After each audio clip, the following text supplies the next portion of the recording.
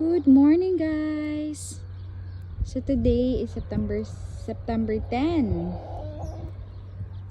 Flex ko lang yung aking mga flowers. Ayan.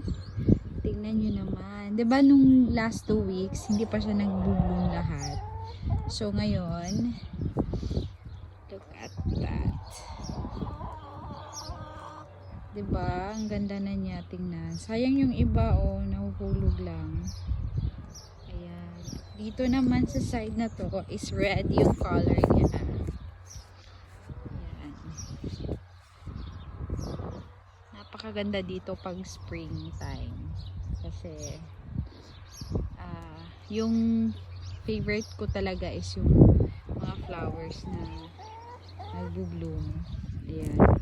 At meron din tayo doon. Ayan. So, yun lang po.